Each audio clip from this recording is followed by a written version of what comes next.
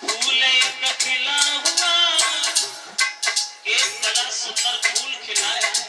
रोहिदास मन में सोचता है चलो इसे तोड़ेंगे तो गुरुजी खुश हो जाए, लेकिन आगे बढ़ा।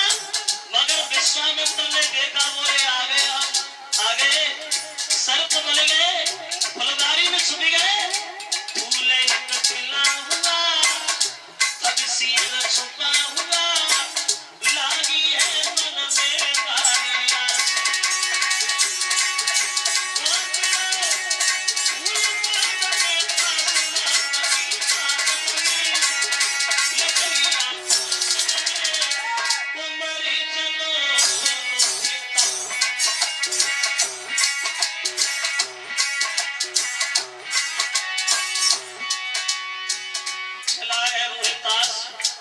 विश्वामित्र सर्प बने हुए फुलवारी में बैठे हैं। आगे बढ़ा फूल तोड़ने के लिए। देखिए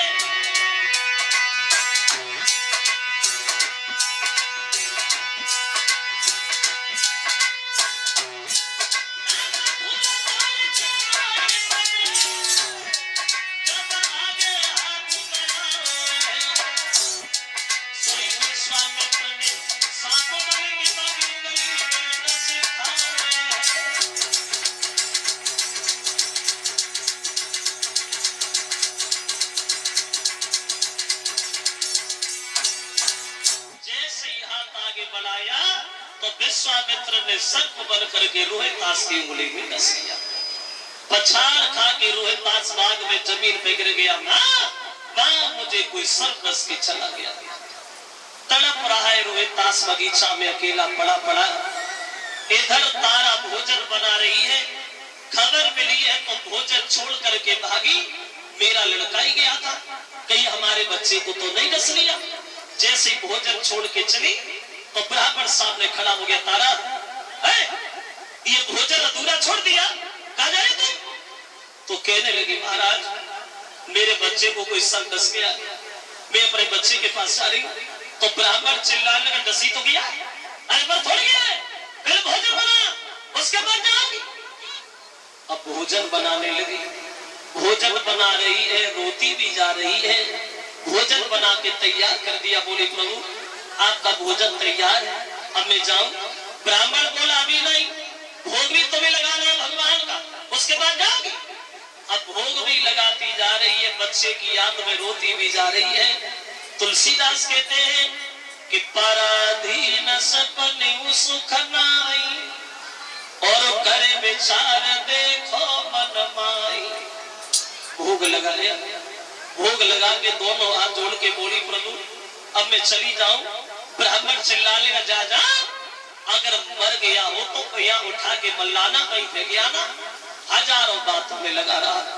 तारा दौड़ी, क्या देखा रोहिदास जमीन पे पड़ा है।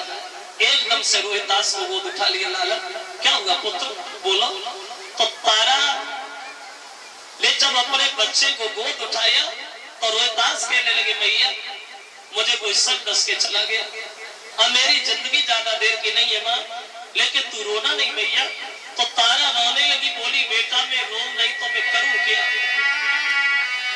तेरे अलावा मेरा दुनिया में है कौन पुत्र? रोहिदास आंखें खोलो। और रोती हुई अपने बच्चे से बोली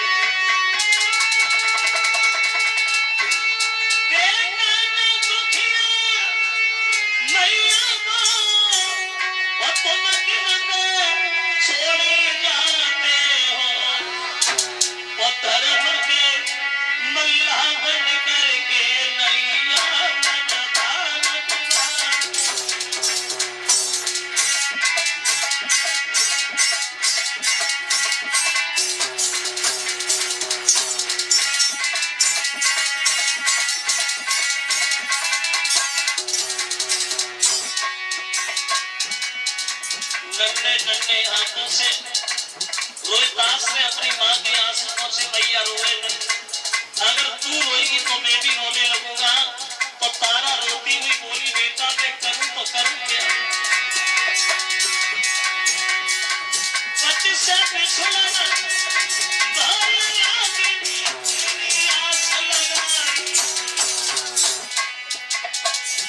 और तू भी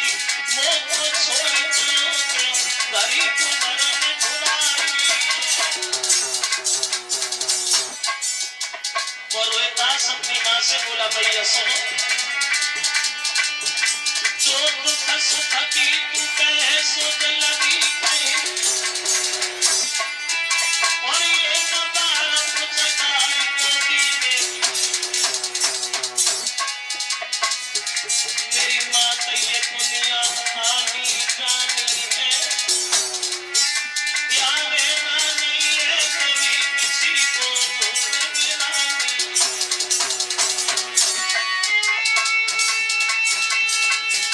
मेरी मात की तेरी अब दिल में यही जगह,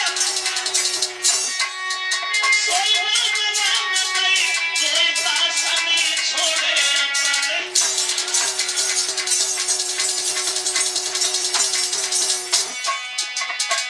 जागी मैया बिलखती रही के बेदाना से हटिया, जागी मैया बिलखती रही के गोदी खाली चली गई।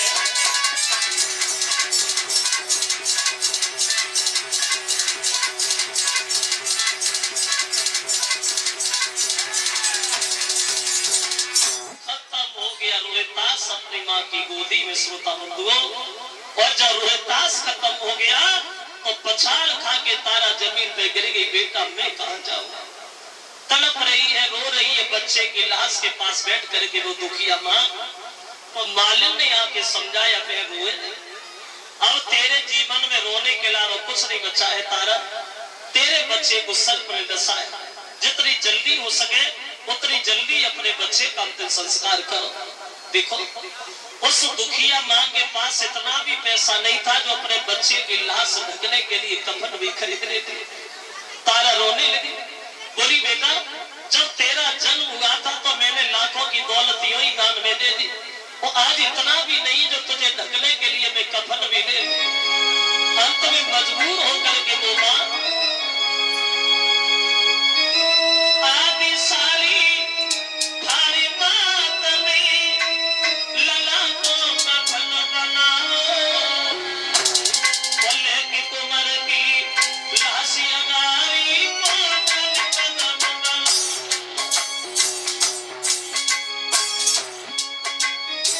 पहुंच गई शमशान घाट में बेटा नाम लिखाई, अरे पहुंच गई शमशान घाट में बेटा नाम लिखाई, और अपने पुत्र के काजे मैया नहीं चितावना। अब कौबाज की चितावना कौशानी समेत लगाई, कौबाज की चितावना कौशानी समेत लगाई, और हरिश्चंद्र महाराज महिमा के पास गई।